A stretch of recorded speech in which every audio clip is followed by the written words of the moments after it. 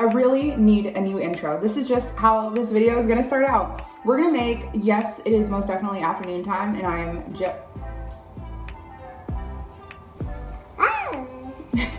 Say hi, guys. Hi.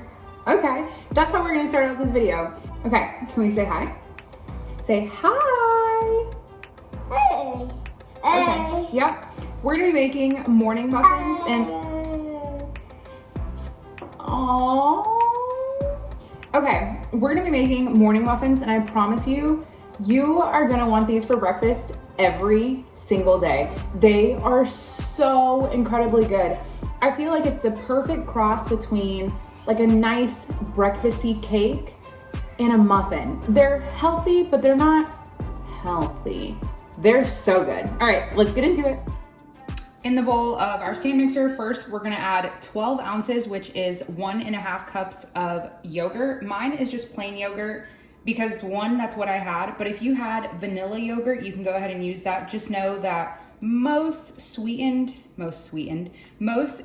that are flavored typically have sugar in them or some type of sweetener. So it will impart a little bit of a sweetness if you're gonna use anything other than plain. And whether it's Greek or regular, whatever works. To that, we're gonna add 2 whole eggs. And just because that was so ugly of a crack, but it's okay. Just because we added the yogurt, if you hate yogurt, I'm telling you, you're not gonna taste it in these muffins. It is acting as like your moisture in these muffins. I don't want any of you guys to get kind of scared from the yogurt thinking, ew, I hate yogurt. I don't like the texture, the smell, the taste. However, the yogurt in this recipe is just acting as moisture and gonna keep everything, well, like for lack of a better words, moist. And it gives everything just such a delicious flavor. The yogurt in this recipe is just acting as your moisture and your binder in here. So if you guys do not like yogurt, whether it be the taste, the smell, the texture, don't worry about it. If you're just completely freaked out about it, you could swap that for sour cream, but you're gonna get more of a tartness than you will a sweetness from the yogurt. Now we're gonna add 1/4 cup of peanut butter. If, of course, you have a nut allergy, use any other type of nut butter, or I guess it wouldn't be a nut butter. It would be something that you would add that would be your equivalent, like a sunflower seed butter. I know they make that, and I don't know, it's 2021. There probably has to be like an oat butter or something by now. So we're gonna add 1/4 cup in.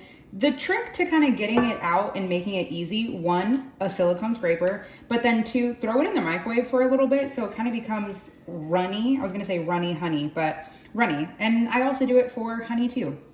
Then lastly, we're gonna add 1/4 cup of neutral oil. So whether you wanna use canola, vegetable, grapeseed, or even avocado oil, definitely don't use olive oil because it imparts a flavor and that's not what we want here. Then we can attach our paddle attachment. Of course, if you guys have a hand mixer and you guys wanna use a whisk, you absolutely can. But we're trying to save dishes here, and this is gonna work for the next step too. So always lock on the side. And then with the peanut butter, it's not gonna impart a peanut butter flavor. That's not really what we want here. We want it for the moisture that it's gonna give and also to help bind everything else together. Oh, that was... I forgot to plug my mixer in. Okay, now we can turn it on. Okay, that took about like 15 seconds. You just wanna go until everything is kind of combined. You don't wanna keep working it too much because there are eggs in here and you don't wanna incorporate air. So now we can push this aside and, oh, it's so heavy, and work on our dry mix. First, we're gonna do 2/3 cup of all-purpose flour. Then 2/3 cup of white whole wheat flour. If you don't have whole wheat flour, don't even go out and buy it. Just use all-purpose flour. So whatever 2/3 and 2/3 would be. Or you could just measure it the way I just said. The all-purpose flour is the binder that helps keep everything together. I keep using that word, but all of this works in conjunction together. But the whole wheat flour gives these muffins a denseness that you would expect from muffins without them being too pillowy and airy, because then to me it's more of a cupcake. But either way, it's still gonna taste good. Then 3/4 cup of oatmeal, 1/4 cup of brown sugar, then 1.5 teaspoons of baking powder, then 1/2 teaspoon of baking soda. Now this last step is completely optional, whether you have them or you don't, or you just don't like them. I'm gonna add, this is half a tablespoon, but I'm gonna add 1 tablespoon of whole flax seeds, whether you have flaxseed meal, which is just ground up flax seeds. You could add the same amount. I just want it for the health benefits because why not? Then I totally almost just forgot the most important part, chocolate chips. About 1/3 of a cup to 1/2 of a cup, or just a full cup. It's really up to your personal preference here. Then once you have the million of ingredients that go into these, we're just gonna give everything a mix. The muffin batter, the muffin batter is gonna be pretty thick, which is standard with like any muffin, but just to make sure that the chocolate chips and cherries don't go down to the bottom. I haven't added the cherries yet, don't worry. You just want to coat them in all of this flour. I've shown you guys this before with my blueberry muffins. Okay, now we can start adding the dry into the wet. I'm just gonna pour everything in. With this, you don't have to worry too much of like alternating dry and wet, or little by little, just pour it all in.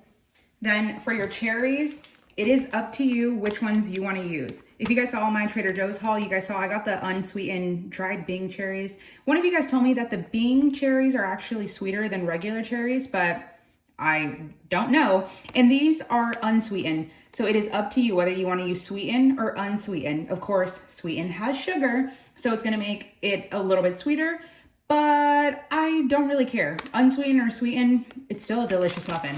So you're gonna do 1/2 of a cup, which is 4 ounces. Or if you're anything like me, you're just gonna eyeball. I'm like one of the worst bakers, if that makes any sense. I tell you guys to measure because, I mean, if you're making these for the first time, you wanna try and measure as much as possible, especially with like everything else. But with these and chocolate chips, I'm like, give or take. Yeah, that looks like 1/2 a cup. Now we're just gonna put this down, lock it in, and let it go until everything just comes together. I always say, anything that has flour, you do not want to work it too much because that's how you end up with super dense, heavy, like rock muffins, or anything with flour that you're making that you overwork. Ooh, that almost made a really big mess. Okay, we're getting to like the cookie dough consistency, and about 10 more seconds. Done. That's it. That's literally what I mean by you do not want to work it. If you were doing this by hand, it would be 30, maybe 35 seconds. From the yogurt, you're kind of getting like that buttermilk scent, but it just smells really good mixed with everything else. You know what I think would be really good with these? Some cinnamon. I think I'm about to add that in. Yeah, I'm just gonna add like the tiniest dash of cinnamon, you know, for antioxidants, I think. My grandma would know. Okay, I always like to, even when I use the mixer, it just never really gets down into the bottom. Take your silicone scraper and just scrape from the bottom, just making sure that everything is mixed. But see how everything is still holding together? It's way thicker than a cake batter, but thinner than a cookie dough? Yeah? Okay, this is what we're looking for. Now we can put it in our muffin tins. Like my last video, I'm gonna take the 1/2 cup measurement, and I'm not doing it just for the sake of measuring, just to kind of make it easier and hopefully I don't make that big of a mess. Okay, I might need a spoon. Okay, scratch that. Okay, yeah, batter is way thicker than obviously my banana cupcakes. So we're just gonna go with a spoon. There we go. Pretty much all the way to the top so we get like that nice domed muffin shape. I feel like this is so perfect to do with the kids. I didn't realize, obviously you guys know, Roman is most definitely like 21 months. So I didn't realize everyone having to do Zoom school with your kids. You guys are required to do like, not just homework, but like life skills with them. Like, you know, some of you guys who do homeschooling, like this, you know, this whole quarantine school isn't new to you guys, but I didn't realize the fact that like you have to teach them home ec, which I think is great because I did that in high school. And well, I mean, we all see what I've done with it now, which is nice, but I never realized how much really goes into like homeschooling and everything. God bless all of you guys who are doing that. But the reason I bring it up is because it's so cool. I, for one, am always reading the comments, whether they're nice or mean. But the comments from those of you guys that are parents and you guys, you and your kids are watching this video and you guys are making them. And then you guys are tagging me and sending me pictures and DMs and everything. It's just so cool. It's nice to see that something that I create, you guys are like, oh, wow, let me try that. And it's just been so nice to meet so many of you guys. And literally, I mean, obviously not famous, but I went to the commissary one time and somebody was like, wait, I've seen your video. Somebody sent me your video because they made it and they're my neighbor. And I was like, it was just so cool. It's so nice to just have like a little YouTube community. Okay, now they're ready to go in the oven, but I want to be a little bit extra. I have a ton of pumpkin seeds. They're so good and they're so like nice and salty. I'm just going to hit them with just a little bit because they're not pumpkin muffins, but these seeds are so good. And what I like to do is kind of, well, you'll see in a second, press it down into the batter so that way when they're baking, they don't just kind of fall off. And also kind of dunking them in the batter makes it a little bit easier when they bake to make sure that they don't burn. And then because I'm double extra, some chia seeds. Like I said, we're just bumping up the health benefits in this, you know. Feel good about that. What is it? It was like 1/4 of a cup of sugar in here. So they're just naturally sweet from everything being added and a little help of brown sugar.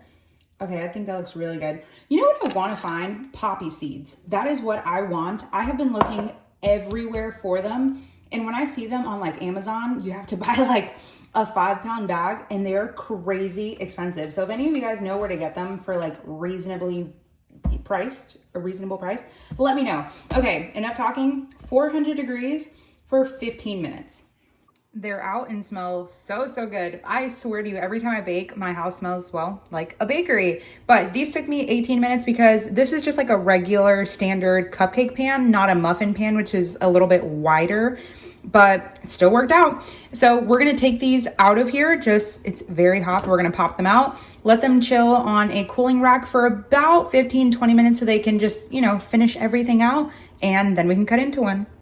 Okay, I know these look incredible, but just wait until we cut it open or rip it open. Look at how chocolatey and just perfect that is. Wow, incredible.